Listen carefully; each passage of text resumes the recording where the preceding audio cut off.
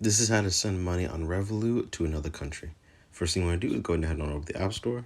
You want to look up, of course, Revolut and update and install the Revolut app. Once you've done that, we're going to go ahead and open up the app. Go ahead and sign in or create an account and connect everything. And of course, remember to link your bank account as well.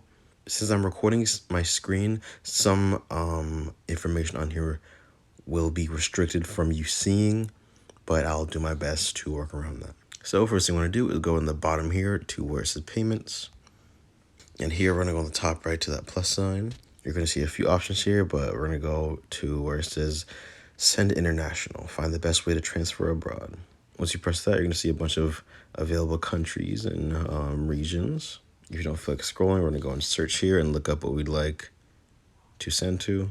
For my example, let's go ahead and do Puerto Rico.